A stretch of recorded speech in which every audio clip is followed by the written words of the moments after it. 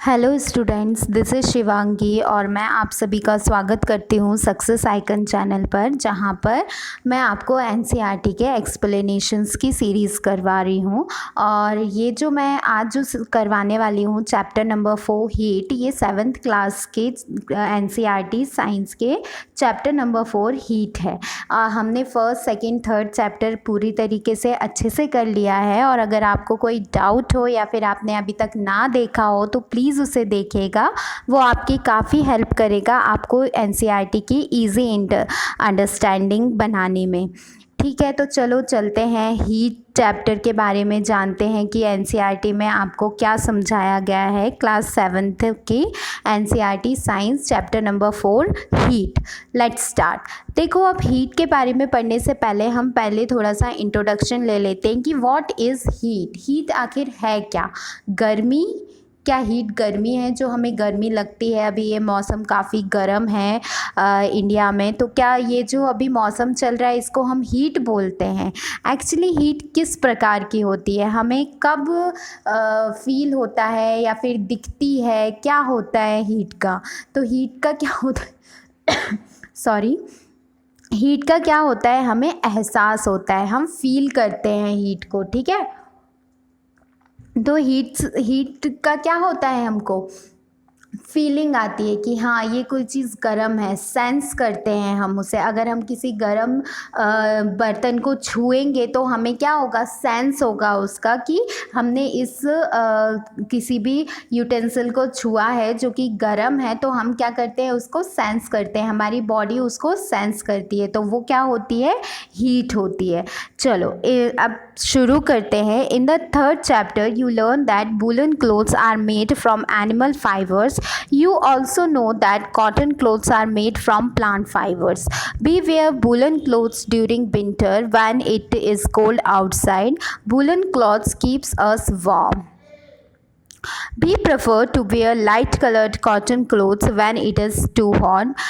This gives us feeling of coolness. You might have wondered why particular types of clothes are suitable for the particular season.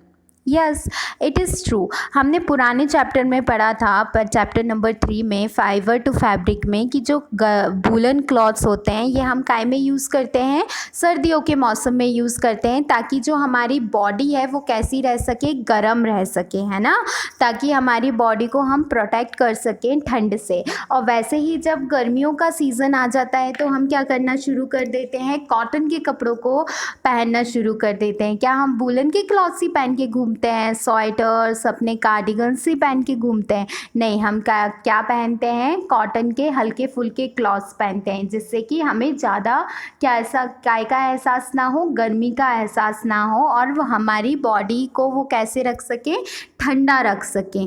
तो ये जो चीज़ें हैं, क्या मतलब हर एक मौसम के हिसाब से क्लॉथ्स को डिज़ाइन किया गया है, तो इसका क्या रीज़न होगा कि किस प्रकार से हीट अफेक्ट करती है, किस प्रकार से हम हीट को रेजिस्ट कर सकते हैं, किस प्रकार से हम हीट को पैदा कर सकते हैं, प्रोड्यूस कर सकते हैं। तो हम इस चैप्टर में इसी के बारे में पढ़ेंगे। चलो स्टार्ट करते हैं। In the winter season you feel cold inside the house. If you come out in the sun you feel warm.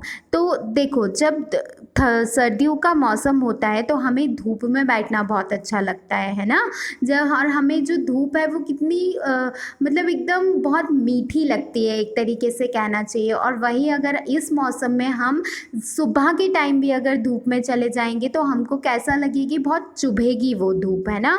और अभी हमें घर के अंदर ज़्यादा अच्छा लगता है एज़ कम्पेयर टू घर के बाहर।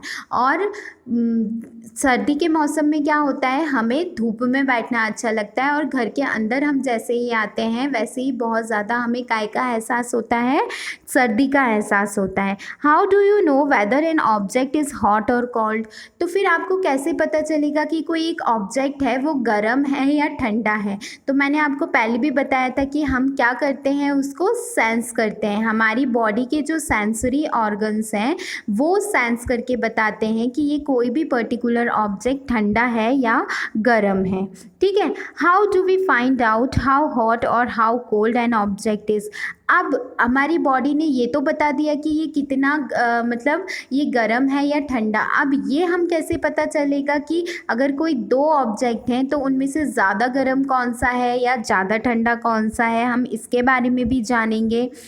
फिर आगे in this chapter we will try to seek the answer to some of this type of questions. तो मैंने आपको पहले भी बोला कि इस जो चैप्टर है इसमें हम यही जानेंगे कि किस प्रकार से हम हीट को डिटरमाइन करते हैं, किस प्रकार से हम हीट को पैदा करते हैं या किस प्रकार से हम हीट को रेजिस्ट करेंगे। ये जानेंगे कि किस प्रकार से हम हीट को मेजर कर सकते हैं। तो ये सारी चीज़ें इस चैप्टर में समझाई गई हैं। Hot and cold. In our day-to-day life, we come across a number of objects. Some of them are hot. अब देखो यहाँ पे टेबल दी गई है कि आइसक्रीम कैसी होती है, हॉट होती है, कोल्ड होती है, कूल होती है, वार्म होती है या हॉट होती है। आइसक्रीम कैसी होती है, कोल्ड होती है, ठीक है, ठंडी होती है। Then spoon in a tea cup कैसी होती है, अगर आप चाय में शक्कर घोलेंगे कैसे, चम्मच से, तो वो कैसी हो जाएगी, गर्म हो जाएगी, ठीक है। देन फ्रूट जूस कैसा होता है, गर्म होता है या ठंडा होता है, कैसा होता है फ्रूट्स का नेचर, ठंडा होता है, ठीक है। फिर handle of a frying pan, handle of the frying pan कैसा होता है, गर्म होता है या ठंडा होता है, ठंडा होता है, क्योंकि वो काय के लिए यूज़ किया जा रहा है, वो हैंडल है, तो उसको हम पकड़ते हैं, इस वजह से उसमें ऐसे मटेरियल का यूज़ किया जाता है ताकि जो हीट का ट्रांसफ़र है वो उसमें ना हो और हम उसे ईज़िली क्या कर सकें, पकड़ सकें। तो चलो आगे देखते हैं। And some of them are cold, tea is hot and ice is cold, ठीक है। Some of the object you use commonly, do not touch object which are too hot, be careful while handling a candle flame or a stove। देखो हमें बोला जाता है कि कोई भी गर्म चीज़, जैसे कि अगर आप खाना बना रहे हैं तो आप जो तवा है उसको आप कैसे पकड़ते हैं, उसके हैंडल से पकड़ते हैं। हम उसको जो उसका पैन रहता है हम उसको नहीं पकड़ सकते, क्योंकि क्या होगा, अगर हम उसको पकड़ेंगे तो हम क्या हो जाएंगे, जल जाएंगे, है ना। इसलिए ज़्यादा गर्म ऑब्जेक्ट को टच करने से हमेशा बच्चों को मना किया जाता है, क्योंकि वो क्या करेगा, आपको हर्ट कर देगा। We see that some objects are cold while some are hot, कुछ ऑब्जेक्ट्स ऐसे होते हैं जो गर्म होते हैं, कुछ होते हैं ठंडे होते हैं। You also know that some objects are hotter than others while some are colder than others. ये बात सही है। अगर आप चाय ले लेंगे या चाय कैसी होती है, गर्म होती है, ठीक है, और उसके साथ आप एक और ले लीजिए या और आपने ले लिया एक सैंडविच, तो इन दोनों में से ज़्यादा गर्म कौन होगा पकड़ने में, चाय ज़्यादा गर्म होगी, क्योंकि आप उसको क्या आप उसमें हाथ नहीं लगा पाएंगे। लेकिन जो सैंडविच होगी आप उसको, वो थोड़ी सी माइल्ड गर्म होगी लेकिन आप उसे उठाकर खा सकते हैं। वैसे ही अगर आप आइसक्रीम ले लेंगे और फिर आप एक बर्फ़ का टुकड़ा ले लेंगे तो क्या होगा, आप बर्फ़ के टुकड़े को खा पाएंगे क्या, नहीं खा पाएंगे। लेकिन on the other hand ice cream भी ठंडी होती है लेकिन हम उसे खा लेते हैं, ठीक है, क्योंकि वो क्या एक रीज़नेबल कोल्डनेस होती है। लेकिन अगर ज़्यादा गर्म या ज़्यादा ठंडा होगा तो वो बहुत ज़्यादा डिफ़िकल्ट हो जाएंगे हमें हैंडल करने के लिए। Take a 3 large mugs, label them as ABC। अब इन्होंने एक्सपेरिमेंट करके बताया है कि 3 मग्स को लो, उनका नाम रख दो A, B और C। Make sure that the water is not so hot that you burn your hand. और आपको ये ध्यान रखना है कि वाटर इतना ज़्यादा गर्म ना हो कि आप उसमें जल जाएं। Then mix a cold and hot water in a mug C. Now dip your hand in a mug A and right hand in a mug B। अब देखो यहाँ पे लिखा गया है कि आप एक मग में क्या डालो, एक मग में आप कैसा वाटर डालो, कोल्ड वाटर डालो, काय में, मग A में। A में हमने कैसा पानी डाल दिया, ठंडा पानी डाल दिया। B में हमने कैसा पानी डाल दिया, गर्म पानी डाल दिया। और C में हमने कैसा पानी डाल दिया, गर्म पानी और ठंडे पानी को मिक्स यूज़ करके, जैसे कि हम नहाने के लिए यूज़ करते हैं। After keeping the hands in the 2 mugs for 2-3 minutes, put both the hands simultaneously in a mug. See, do both hands get the same feeling? पहले आपको ठंडे पानी में हाथ डाल के देखना है, फिर आपको गर्म पानी में हाथ डाल के देखना है, फिर उसके बाद अपने दोनों हाथों को आपको जो मिक्स्ड वाटर है उसमें डाल के देखना है। तो क्या आपको सेम फीलिंग आएगी? देखो, जब आप ठंडे पानी में हाथ डालेंगे तो आपको कैसा सेंस होगा? बहुत ठंडा सेंस होगा, ठीक है। फिर आप जब गर्म पानी में हाथ डालेंगे तो आपको बहुत ज़्यादा हीट का एहसास होगा। लेकिन जब आप दोनों मिक्स्ड पानी में हाथ डालेंगे तो ना ही आपको ज़्यादा ठंड का एहसास होगा, ना ही ज़्यादा गर्मी का एहसास होगा, क्योंकि वो कैसा वाटर बन जाएगा? एक नॉर्मल वाटर बन जाएगा, जिसमें आप ईज़िली कितने भी देर तक हाथ डालकर रख सकते हैं। लेकिन आप ज़्यादा देर तक ना तो गर्म पानी में हाथ डाल के रख सकते हैं। अगर आप गर्म पानी में हाथ डालकर ज़्यादा देर तक रखेंगे तो क्या होगा? वो जलने लगेगा। और आप अगर ठंडे पानी में बहुत देर तक हाथ डाले रखेंगे तो क्या होगा? आपका हाथ सुन्न पड़ने लगेगा, है ना। आपकी जो ब्लड वेसल्स हैं वो जमने लगेंगी, तो आपके लिए डिफ़िकल्ट हो जाएगा ज़्यादा देर तक उसमें हाथ रखने का। Then Boojho confusion shows that, अब देखो देख लेते हैं बूजो का कन्फ्यूजन क्या है। My left hand tells me that water in a mug C is hot and the right hand tells me that same water is cold, what should I conclude? अब देखो इन्होंने क्या किया कि एक हाथ जो इसने ठंडे पानी में डाला था, उसको जब वो उस मिक्स्ड वाटर में डालता है तो उसको कैसा एहसास होता है? गर्म एहसास होता है। और जो आप उसने गर्म पानी में हाथ डाला था, फिर जब वो मिक्स्ड वाटर में डालता है तो उसको कैसा एहसास होता है? ठंडा एहसास होता है। तो आखिर ये ऐसा क्यों हुआ होगा? Sometimes it may deceives us. Then how do we find out how hot an object really is? A reliable measures of the hotness of an object is its temperature.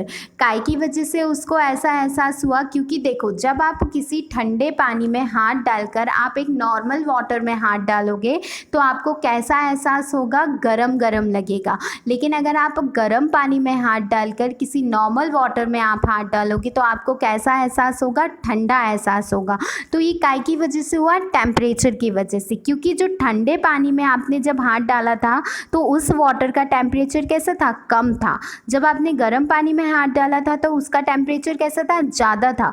फिर आपने उसका उन दोनों हाथों को आपने जब नॉर्मल वाटर में डाला, मिक्स्ड वाटर में डाला, तो जिस हाथ में आपको ज़्यादा टेम्परेचर लग रहा था उस हाथ में आपको कम टेम्परेचर का एहसास होगा, और जिस हैंड में आपको ज़्यादा टेम्परेचर लग रहा था उसमें आपको कम टेम्परेचर का एहसास होगा, और जिसमें आपको कम टेम्परेचर लग रहा था उसमें आपको ज़्यादा टेम्परेचर का एहसास होगा, मतलब नॉर्मल एहसास होगा।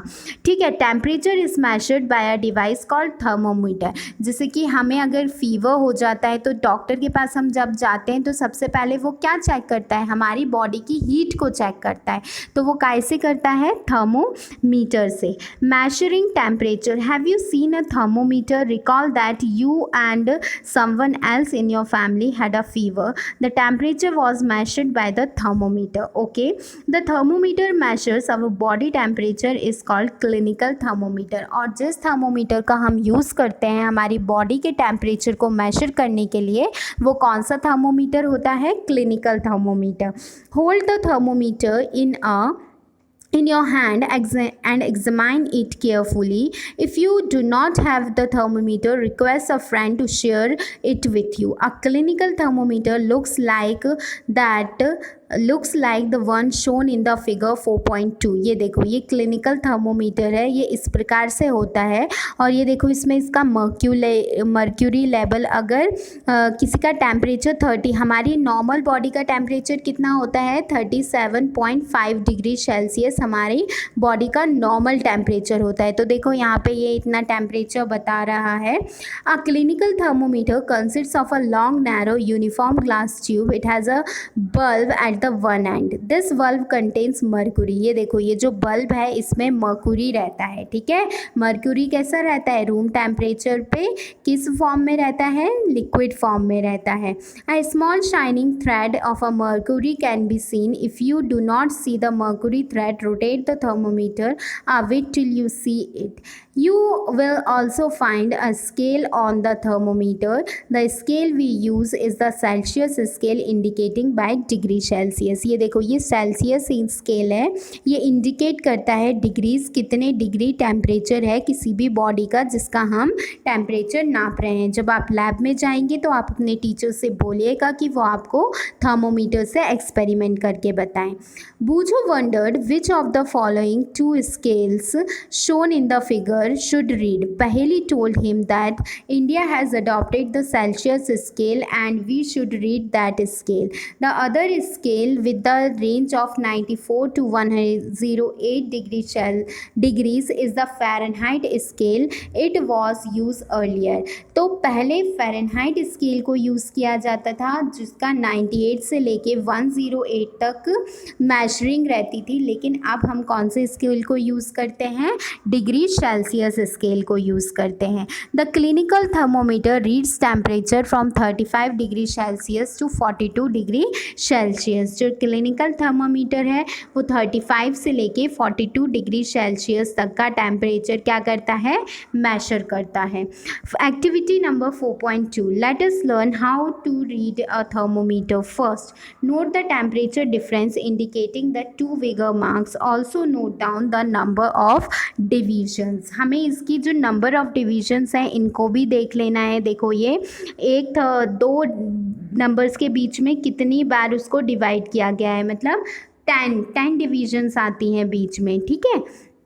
Then thermometer should be washed before and after use. अगर हमें क्लिनिकल थर्मोमीटर यूज़ कर रहे हैं तो हमें क्या करना पड़ेगा, उसको वॉश करना पड़ेगा पहले भी और बाद में भी, इस्तेमाल के बाद। Ensure that before use the mercury level is below 35 degree Celsius. जो मर्क्यूरी लेवल है वो कितना होना चाहिए, 35 डिग्री सेल्सियस से कम होना चाहिए। Read the thermometer keeping the level of mercury along the line. और जो थर्मोमीटर को हमें अच्छे से देख के उसको क्या करना पड़ेगा, रीड करना पड़ेगा। Handle the thermometer with care, if it hits against some hard object it can break. Don't hold the thermometer by bulb by reading it. और आप उसको नीचे से मत पकड़िए, आप उसको उसकी वॉल से पकड़िए उसे रीड करने के लिए। Between these marks suppose the bigger mark read 1 degree and there are 5 divisions between them, then one small division can read 1.5 that is 0.2 degree Celsius. एक स्मॉल डिवीजन का मैशर कितना होगा, 0.2 degree Celsius. Wash the thermometer preferably with the antiseptic solution, hold it firmly with, give it a few jerks, the jerks will bring the level of mercury down. हम थोड़ा सा उसको ऐसे jerk करके देखते हैं ताकि उसका जो मर्क्यूरी लेवल है वो डाउन आ जाए। देखो इस तरीके से उन्होंने होल्ड करके रखा है, इस तरीके से हमको इसको रीड करना चाहिए। And now place the valve of the thermometer under your tongue. After some time take the thermometer out and note the reading. This is your body temperature. The temperature should always be stated with the unit degree Celsius. देखो आप क्या करेंगे, 1 minute के लिए thermometer को अपने जीभ के नीचे रखिए तो वो आपकी बॉडी का जितना टेम्परेचर है उसको मेजर करके बता देगी। The normal temperature of a human body is 37 degree Celsius. जो नॉर्मल टेम्परेचर है ह्यूमन बॉडी का वो कितना रहता है, 37 degree Celsius. Note that the temperature is stated with its unit. और टेम्परेचर को हमेशा उसकी यूनिट के साथ ही लिखना चाहिए। आप ऐसा नहीं कह सकते कि मेरी बॉडी का टेम्परेचर 37 है। आपको कैसे बोलना पड़ेगा पूरी तरीके से, मेरी बॉडी का टेम्परेचर 37 डिग्री सेल्सियस है, ठीक है। Then Measure the body temperature of some of your friends with a clinical thermometer. Record your observations. Is the body temperature of every person is 37 degree Celsius? अगर normal temperature एक body का 37 degree Celsius है तो क्या हर इंसान की body का temperature 37 degree Celsius होगा? The temperature of every person may not be 37 degree Celsius. It could be slightly higher or slightly lower. Actually, what we call normal temperature is the average body temperature of the large number of healthy persons. देखो, अब जब आप अलग अलग इंसान की body temperature को major करेंगे तो ज़रूरी नहीं है कि वो कैसा है 37 डिग्री सेल्सियस ही हर इंसान का बॉडी टेम्परेचर आए, वो चेंज हो सकता है किसी ना किसी रीज़न की वजह से, लेकिन जो अप्रॉक्सीमेटली है वो उसके आसपास ही आएगा। इसलिए हमने 37 डिग्री सेल्सियस को कैसा टेम्परेचर ले लिया, एक नॉर्मल टेम्परेचर ले लिया। The clinical thermometer is design to measure the temperature of human body only.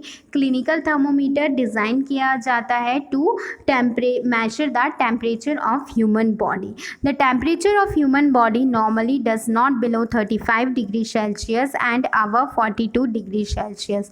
Normal healthy human body का टेम्परेचर 35 डिग्री सेल्सियस से कम नहीं होता और 42 डिग्री सेल्सियस से ज़्यादा नहीं होता। That is the reason that this thermometer has a range 35 degree Celsius to 42 degree Celsius. Then caution. Do not use clinical thermometer for measuring the temperature of any other object than the human body. Also avoid keeping the thermometer in sun or near flame. It may break. और आप जो clinical thermometer है उसे आप सिर्फ body के temperature को major करने के लिए ही यूज़ कर सकते हैं। आप किसी और बॉडी के टेम्परेचर या किसी और ऑब्जेक्ट का टेम्परेचर उससे मेजर नहीं कर सकते, नहीं तो वो क्या हो जाएगा, ब्रेक हो जाएगा। अब आता है laboratory thermometer. How to be measure the temperature of other object? For this purpose there are other thermometers. One such thermometer is known as laboratory thermometer. अब देखो, क्लिनिकल थर्मोमीटर का तो यूज़ काय के लिए होता है, बॉडी टेम्परेचर को मेजर करने के लिए, लेकिन बॉडी टेम्परेचर एक क्वाइट रेंज तक होता है, लेकिन दूसरी जो बॉडीज़ होती हैं उनका टेम्परेचर बहुत ज़्यादा हाई भी होता है और बहुत ज़्यादा कम भी होता है। तो हम क्लिनिकल थर्मोमीटर को यूज़ नहीं कर सकते, इसलिए हम कौन से थर्मोमीटर को यूज़ करते हैं, लेबोरेटरी थर्मोमीटर को यूज़ करते हैं। This thermometer look at it carefully and note the highest and the lowest temperature. पहले हम देख लेते हैं कि ये ब्लू बॉक्स में क्या लिखा हुआ है। Different types of thermometers are used for different purposes. The maximum and minimum temperature of the previous day reported in the weather reports are measured by the thermometer called the maximum minimum thermometer. अब देखो, weather reports आती हैं कि आज भोपाल का temperature इतना था, दिल्ली का टेम्परेचर इतना था, मुंबई का टेम्परेचर इतना था, तो कौन से थर्मोमीटर को यूज़ किया जाता है, मैक्सिमम मिनिमम थर्मोमीटर का यूज़ किया जाता है आपके वेदर की रिपोर्टिंग करने के लिए। The lowest temperature it can measure, और जो लेबोरेटरी थर्मोमीटर्स हैं वो हाईएस्ट से हाईएस्ट और लोएस्ट से लोएस्ट टेम्परेचर को ये मेजर कर सकते हैं। The range of the laboratory thermometer is generally from -10 degree Celsius to 110 degree Celsius. जो रेंज होती है लेबोरेटरी थर्मोमीटर्स की वो कहाँ से कहाँ तक होती है, -10 डिग्री सेल्सियस से लेके 110 डिग्री सेल्सियस तक। Also you did in the case of clinical thermometer, find out how much a small division in this thermometer reads. You would need this information to read the thermometer correctly. और आप इसका भी एक small division निकाल लेंगे, जैसे उसमें 0.2 degree Celsius उसका एक डिवीज़न का मेजर था, वैसे ही है आप इसमें अगर आपको एग्जैक्ट वैल्यू चाहिए है टेम्परेचर की तो आप इसमें भी मेजर कर सकते हैं। Take some tap water in a beaker और a mug, dip the thermometer in water so that the bulb is immersed in the water but does not not touch the bottom of the sides of the container. Hold the container vertically. Observe the movement of the mercury in the thermometer. अब देखो ये एक experiment है, ये देखो ये दिया गया है लेबोरेटरी थर्मोमीटर। इसका हम यूज़ करते हैं लैब्स में। आप अपने साइंस लैब में जाएंगे तो आपको भी ये वहाँ पे देखने को मिलेगा। अब ये एक्सपेरिमेंट करके बता रहे हैं कि आप लेबोरेटरी थर्मोमीटर को होल्ड करिए एक बीकर में और उसको ऐसे पकड़ के रखिए कि वो उसके नीचे ज़मीन पे टच ना करे, ठीक है। फिर क्या होता है, in addition to the precaution needed while reading a clinical thermometer in the laboratory. अब आपको जो इसकी रीडिंग्स हैं उसको मैशर करने के लिए भी काफ़ी मैशर्स का इस्तेमाल करना पड़ेगा, काफ़ी प्रिकॉशंस का इस्तेमाल करना पड़ेगा, क्योंकि अगर आप प्रिकॉशन का इस्तेमाल नहीं करेंगे रीड करने के लिए तो जो आपकी रीडिंग होगी वो कैसी आएगी, गलत आ जाएगी, ठीक है। तो आप देखते हैं कि इन्होंने कैसे रीड किया है। Let's C, should be kept upright not tilted. देखो जैसे इसने होल्ड करके रखा है ना, इसको हमको सीधा रखना पड़ेगा, ना कि टिल्टेड। अगर आप टिल्ट करेंगी तो जो इसकी रीडिंग है वो क्या हो जाएगी, चेंज हो जाएगी, ठीक है। देन उसके बाद take some hot water in a beaker और a mug, dip the thermometer in a water, wait till mercury thread becomes steady and note the temperature. आप क्या करेंगे, एक मग में पानी लेंगे और उसमें थर्मोमीटर को आप होल्ड करके रखेंगे। आप तब तक रखेंगे तब तक कि वो उसका टेम्परेचर को नोट नहीं कर लेता। Now take out the thermometer from the water, observe carefully what happens now. अब आप उसको धीरे से निकालेंगे और फिर आप उसकी रीडिंग्स को चेक करेंगे। This means that the temperature must be read by the thermometer is in the water.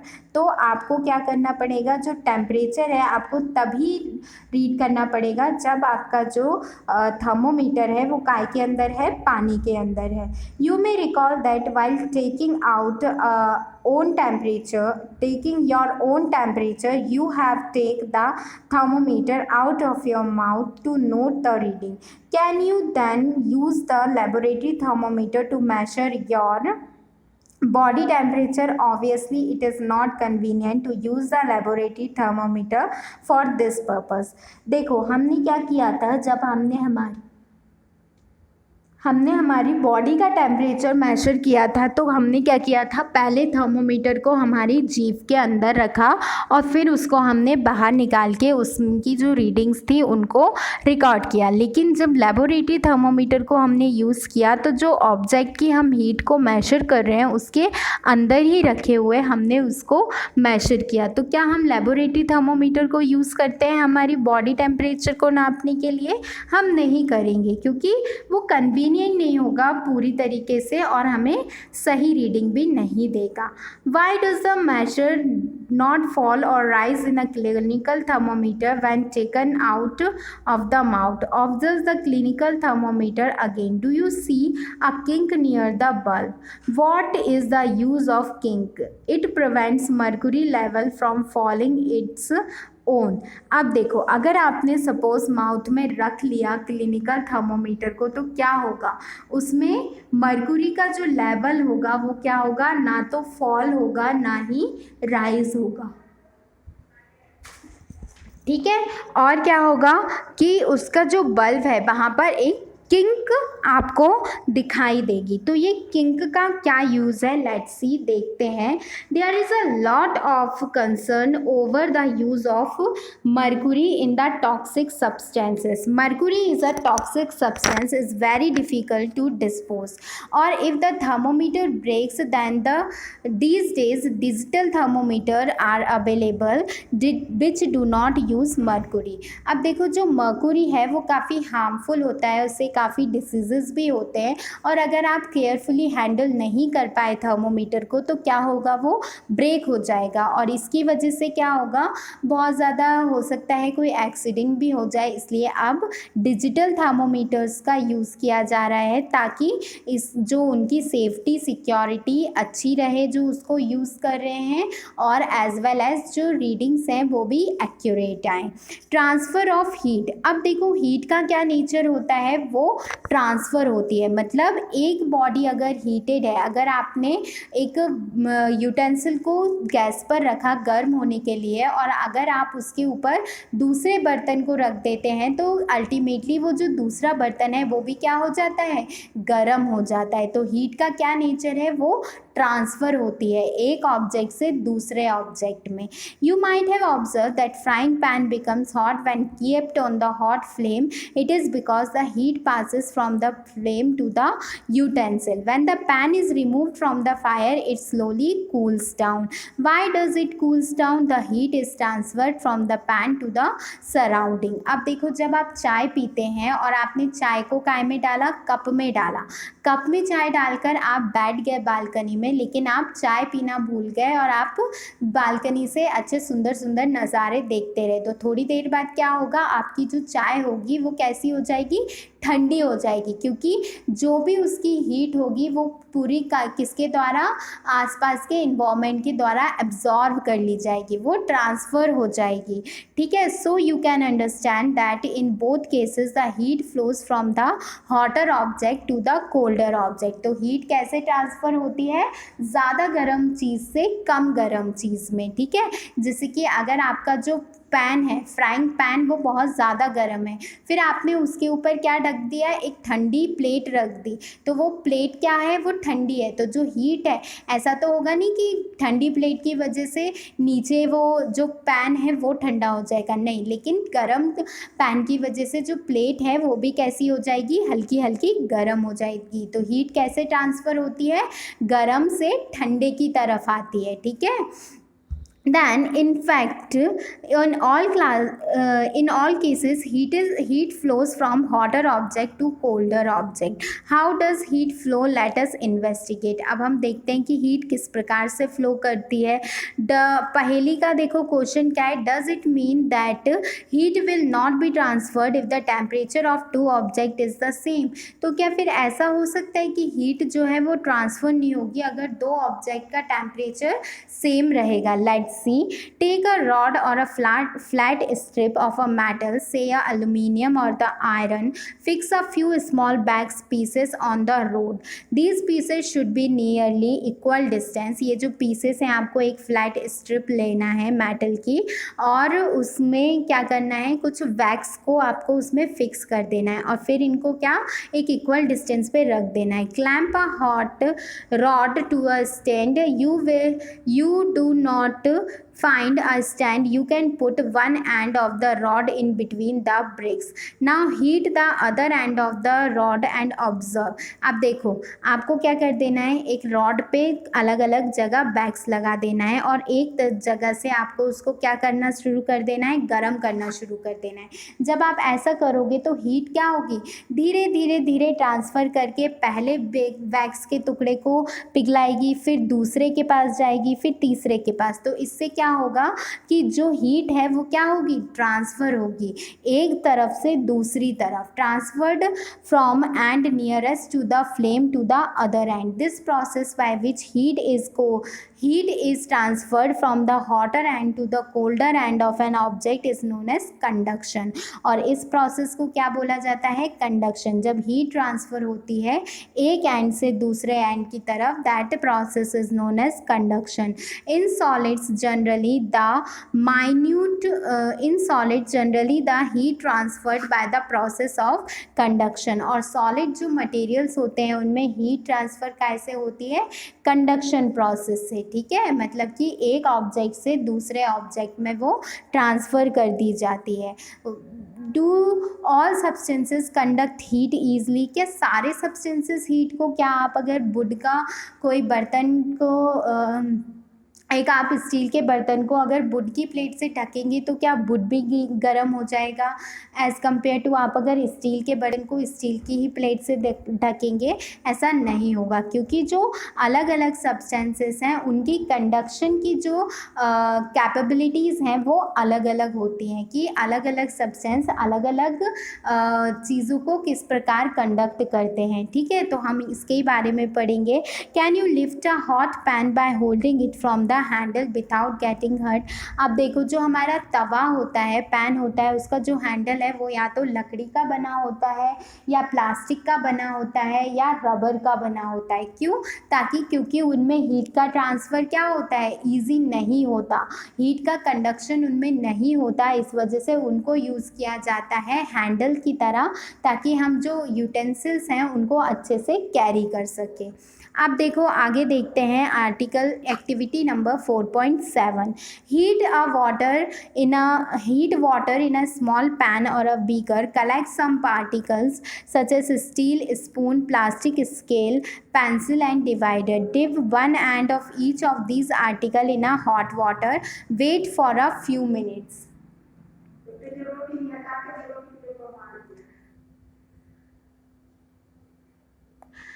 Touch the other end, enter your observation table. Find the materials which allows heat to pass through them easily are conductors of the heat. For example, aluminium, iron and copper. The material which do not allow heat to pass through them easily are poor conductors of heat, such as plastic and wood. Poor conductors are known as insulators. The water and air are poor conductors of heat. Then how does the heat transfer takes place in these substances? Let us find out. अब देखो हम क्या करेंगे, एक गर्म पानी का container लेंगे, उसमें एक पैन डाल देंगे, एक पेंसिल डाल देंगे, एक स्पून डाल देंगे, एक स्केल डाल देंगे और फिर हम उनको टच करके देखेंगे कि किस ऑब्जेक्ट से हीट का ट्रांसफ़र ईजिली हो रहा है। जब हम पेंसिल को उठाएंगे तो क्या उसमें हमें एहसास होगा कि वो गर्म हो गई है? नहीं होगा, क्योंकि वो किस मटेरियल से बनी हुई है? वुड की। Would is a bad conductor of heat. फिर हम जब प्लास्टिक का स्केल उठाएंगे तो क्या उसमें हमें हीट का एहसास होगा? नहीं होगा, क्योंकि plastic is also act as a insulator. Then जब हम स्पून को उठाएंगे तो स्पून को जब हम टच करेंगे तो हमें वो थोड़ी थोड़ी कैसी लगेगी? गरम लगेगी, क्योंकि वो काय से बनी हुई है? स्टील से बनी हुई है, and steel is a good conductor of heat. तो जो मेटल्स होते हैं वो कैसे होते हैं? गुड कंडक्टर होते हैं हीट के। एंड प्लास्टिक, वुड, ये सब पुअर कंडक्टर्स होते हैं हीट के, इसलिए उनको क्या बोला जाता है? इंसुलेटर्स बोला जाता है। The water and air are poor conductors of heat. Then how does the heat transfer takes place in these substances? अब देखो जो पानी और हवा है वो पुअर कंडक्टर हैं हीट के, मतलब वो एक्ट करते हैं एज अ इंसुलेटर, वो हीट को पास होने से रोकते हैं, रेजिस्ट करते हैं। तो इनमें किस प्रकार से हीट का ट्रांसफ़र होता होगा, चलो देख लेते हैं। Take a round bottom flask, if a flask is not available a beaker can be used. Fill the 2/3 of the water, place it on a tripod and make some arrangement to place the flask in such a way that you can heat it all by placing candle below it. Wait till the water in the flask is still. Place the crystal of potassium permanganate at the bottom of the flask gently using a straw. Now note the heat of the water by placing a candle just below the crystal. Write your observation in your notebook and also draw a picture of what you observe. देखो हमें क्या करना है कि एक flask लेना है और उसमें पानी भर के और उसको इस प्रकार से जमाना है कि हम एक कैंडल से उसको गर्म कर सकें। फिर हम एक स्ट्रॉ की मदद से पोटेशियम को उसमें रख देंगे, पोटेशियम परमैंगनेट को उसके बॉटम में, और फिर हम उसको उसी पॉइंट पे जहाँ पे वो रखा हुआ है वहाँ पे हम हीट देना शुरू करेंगे। देखो हमें क्या पता चलता है, when water is heated the water near the flame gets hot. Hot water rises up and cold water from the sides moves down towards the source of the heat. This water also gets hot and rises and water from the sides moves down. This process continues till the hot water gets heated. अब देखो जो solid materials था उनमें कैसे heat हो रही थी? Conduct हो रही थी। लेकिन ये जो मटेरियल्स होते हैं वाटर, इसमें हीट क्या होती है? मॉलिक्यूल्स के थ्रू इसमें हीटिंग होती है। कैसे? अगर आप वाटर को हीट करेंगे तो जो नीचे जहाँ पे हीट प्रोवाइड करवाई जा रही है वो पानी गर्म हो जाएगा और फिर वो क्या होगा? वो वेट कम होने के कारण ऊपर चला जाएगा और ठंडा पानी नीचे आ जाएगा, और ये प्रोसेस तब तक चलती रहेगी तब तक कि पूरा पानी क्या ना हो जाए, गर्म ना हो।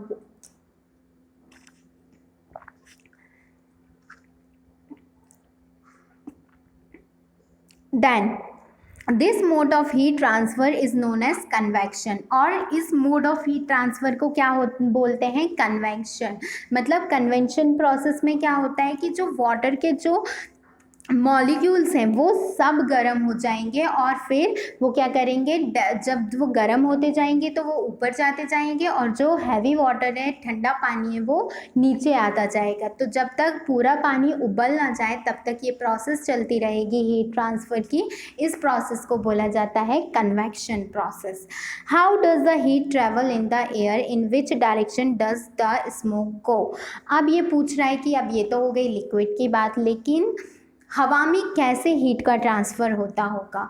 The air near the heat sources gets hot and rises. The air from the side comes into comes in to take its place. In this way the air gets heated. The following activity confirms this idea. तो air के साथ भी ये होता है, अगर आपकी जो एयर है जो हीट सोर्स के पास है तो वो कैसी हो जाएगी, वो गर्म हो जाएगी। जब वो गर्म हो जाएगी तो वो क्या करेगी, डिस्प्लेस हो जाएगी उस प्लेस से, और ठंडी हवा, ठंडी एयर आके उसकी पोजीशन ले लेगी, और फिर वो गर्म हो जाएगी, और फिर वो ऐसी प्रोसेस चलती रहेगी। Light a candle, keep one hand above the flame and one hand on the side of the flame. Do your hands feel equally hot? If not, which hand feels hotter and why? देखो, अगर हम heat के बिल्कुल just ऊपर हाथ रखेंगे, देखो यहाँ पे ये रखा हुआ है, अगर आप साइड में हाथ रखोगे, अगर कोई चीज़ बुझने लगती है तो आप उसे साइड से रखते हो ताकि वो बुझे ना, लेकिन आपको गर्म नहीं लगता। लेकिन अगर आप उसके ऊपर हाथ रखोगे तो क्या होगा, आपको बहुत ज़्यादा हीट का एहसास होगा। तो ये क्यों होता है, keep your hand at the safe distance. और लेकिन आप जब भी ये एक्सपेरिमेंट करो तो आपको अपने हाथ को एक सेफ डिस्टेंस पे रखना है ताकि आपको हर्ट ना हो, आप जले ना। Notice that towards the top the air gets heated by convection, therefore the hand above the flame feels hot. जो ऊपर अगर हाथ रखोगे तो ये किसकी वजह से हीट होगा, कन्वेक्शन प्रोसेस की वजह से हीट होगा। तो आपका क्या होगा, हाथ को जल्दी ही हीट का एहसास होगा। On the other side however there is no convection and air does not feel as hot as at the top. लेकिन अगर आप साइड पे हाथ रखोगे तो आपको इतना ज़्यादा गर्म का एहसास नहीं होगा, बहुत देर बाद आपको गर्म लगना शुरू करेगा। The people living in coastal areas experience an interesting phenomena. अब इसी प्रोसेस पे बेस्ड है कि जो कोस्टल एरियाज़ हैं वहाँ पे आपको किस प्रकार से सर्दी और गर्मी का एहसास होता है। Let's see, during the day the land gets heated faster than the water. अब देखो, हमने देखा है कि जो धरती है वो ज़्यादा जल्दी गर्म हो जाती है एज़ कम्पेयर टू वाटर, है ना। अगर आप गर्मी के दिनों में पानी में हाथ डाल के देखेंगे तो जो पानी है वो कैसा लगेगा, आपको ठंडा लगेगा as compare to the land, ठीक है। The land gets heated faster than the water. The air over the land becomes hotter and rises up. The cooler air from the sea rushes in towards the land to takes place. The warm air from the land move towards the sea to complete the cycle. The air from the sea is called the sea breeze. To receive the cooler sea breeze, the windows of the houses in the coastal areas are made to face sea. अब देखो क्या होता है कि जब सूर्य उदय हुआ तो जो धरती है वो ज़्यादा जल्दी गर्म होगी as compare to water bodies, ठीक है। एक धरती ज़्यादा गर्म होगी as compare to water bodies, pond या फिर लेक या सी कोई भी हो। तो क्या होगा, जो ज़मीन के ऊपर वाली हवा है वो गर्म हो जाएगी तो वो उसकी डेंसिटी क्या हो जाएगी, कम हो जाएगी। तो वो क्या करेगी, रिप्लेस कर देगी कोल्ड एयर को हॉट एयर से। तो जो सी के ऊपर ठंडी हवा है वो क्या किस तरफ को बहेगी, किस तरफ को बहेगी, वो ज़मीन की तरफ को बहेगी। इस वजह से जो घर होते हैं कोस्टल एरियाज़ में वो सी फेसिंग बनाए जाते हैं ताकि जो ठंडी हवा सी से उनके घर की तरफ आए, ठीक है। The air from the sea is called the sea breeze, और उसको बोला जाता है sea breeze. To receive the cooler sea breeze the windows of the house in the coastal areas are made to face the sea. At night it is exactly reverse. The water cools down more slowly than the land, so the cool air from the land moves towards the sea. This is called the land breeze. और अब क्या होता है रात में reverse reaction होता है. इसमें क्या होता है कि जो पानी है वो कूल होता है slowly as compare to land. जितना ज़्यादा जल्दी लैंड गर्म होती है उतने ही ज़्यादा जल्दी वो क्या हो जाती है, जल्दी से ठंडी हो जाती है. तो क्या होता है कि जो ठंडी हवाएं रहती हैं वो किसकी तरफ जाती हैं, वो लैंड से सी की तरफ मूव करती हैं. तो उसको हम क्या बोलते हैं, land breeze. When we come out in the sun we feel warm. How does the heat from the sun reaches us? It can not reach us by conduction और convection. There is no medium such as air in most part of the space between the earth and the sun. From the sun the heat comes to us by another process known as radiation. अब देखो हम जब धूप में निकलते हैं तो हमें काय का एहसास होता है, गर्मी का एहसास होता है, हीट का एहसास होता है. लेकिन ये जो हीट सन से हम तक, ये ना तो कंडक्शन प्रोसेस से आती ना ही कन्वेक्शन प्रोसेस से आती. ये किस प्रोसेस से आती है, ये रेडिएशन प्रोसेस से आती है. Radiation does not require any medium. जो रेडिएशन प्रोसेस है इसमें आपको कोई भी मटेरियल मीडियम की रिक्वायरमेंट नहीं होगी.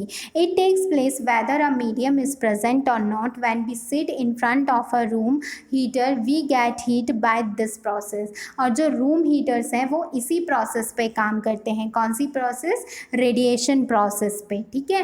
अ hot utensil kept away from the flame cools down as it transfers heat to the surrounding by radiation.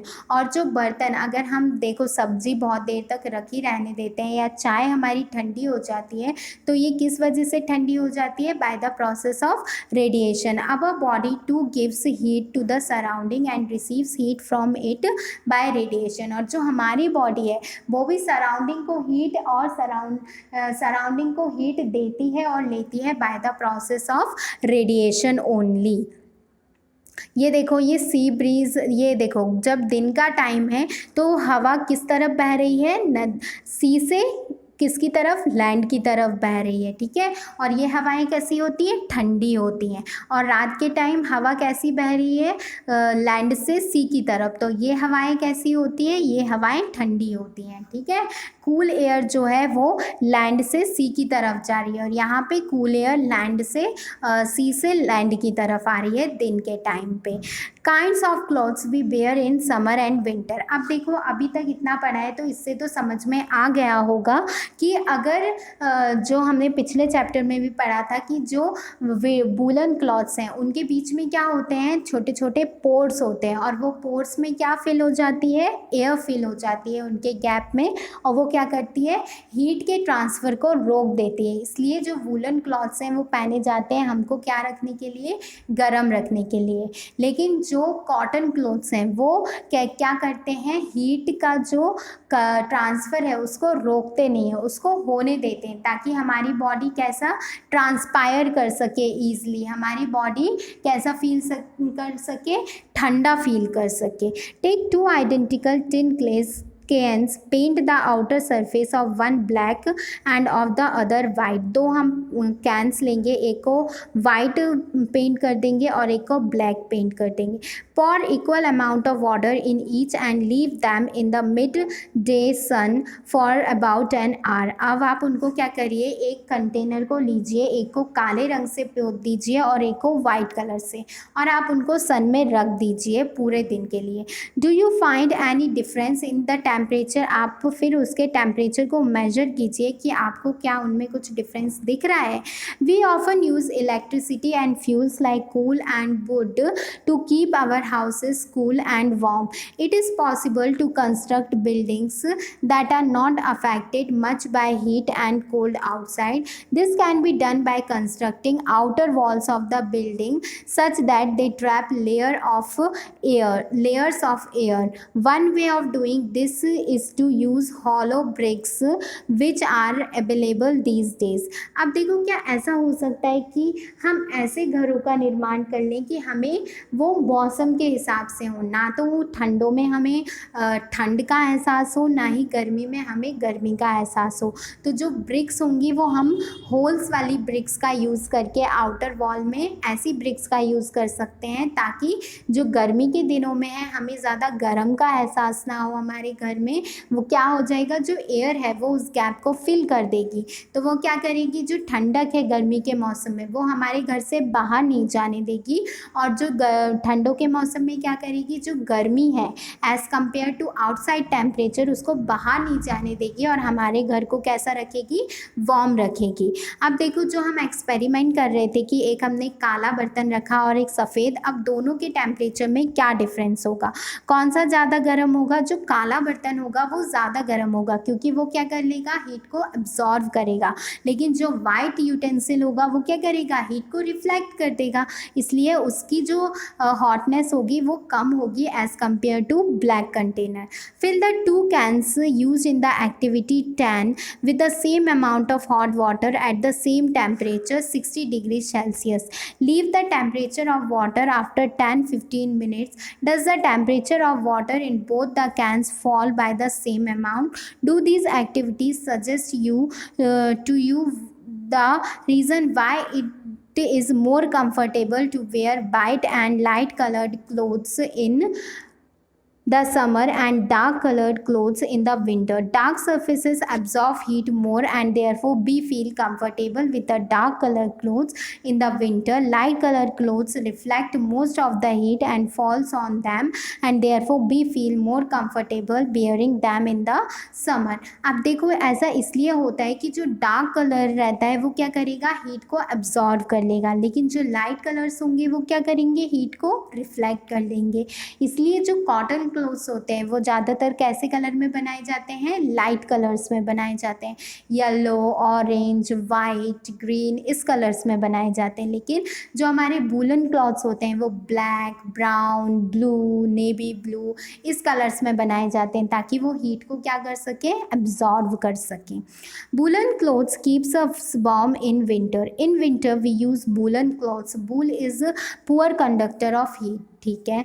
More over there is a air trapped in between the wool fibres. मैंने आपको पहले भी बताया, तो क्या होता है कि जो वूल फाइबर्स में छोटे छोटे पोर्स होते हैं उनमें क्या हो जाती है, एयर ट्रैप कर ली जाती है, उनके द्वारा वो फिल हो जाती है उस गैप में, और वो प्रिवेंट करती है flow of heat from our body to the surrounding. क्योंकि हमारी बॉडी का टेम्परेचर तो गर्म होता है वो एज़ कम्पेयर टू सराउंडिंग, तो वो क्या करेगी, हमारी बॉडी के टेम्परेचर को बाहर नहीं जाने देगी, इसलिए हमें कैसा लगता है, उनको पहनने के बाद गर्म लगता है। Suppose you are given a choice in the winter of using either one thick blanket or the 2 thin blanket joined together. What would you choose and why? Remember that there would be a layer of air between the blanket. देखो आपने ऐसा कभी कभी experiment किया भी होगा, और ऐसा बहुत बार मेरे साथ तो ऐसा कि क्या करते हैं, एक मोटा कंबल एज पेयर टू कम आपको वार्म रखेगा अगर आप 2 पतले कंबलों को मिलाकर ओढ़ेंगे तो। क्यों? क्योंकि अगर आप 2 पतले कंबलों को जब मिलाकर ओढ़ेंगे तो उनके बीच में क्या होगा, एक लेयर होगी, तो वो लेयर क्या करेगी, एयर से फिल हो जाएगी, और वो लेयर क्या करेगी, हीट को ट्रांसफ़र होने से रोक देगी। तो अगर आप 2 पतले कंबलों को मिलाकर ओढ़ेंगे तो वो आपको ज़्यादा हीट प्रोवाइड करेंगे एज़ कम्पेयर आप एक मोटे कंबल को ओढ़ेंगे तो आई होप आपको ये समझ में आया होगा। ये चैप्टर काफ़ी इजी और काफ़ी इंटरेस्टिंग चैप्टर था और आपकी नॉलेज में कुछ इजाफा हुआ होगा। Thank you so much. और अगर प्लीज़ आपको अच्छा लगे तो मेरे चैनल को लाइक, शेयर एंड सब्सक्राइब ज़रूर कीजिएगा। एक छोटा सा इनिशिएटिव है मेरा, तो प्लीज़ सपोर्ट कीजिएगा। Thank you so much.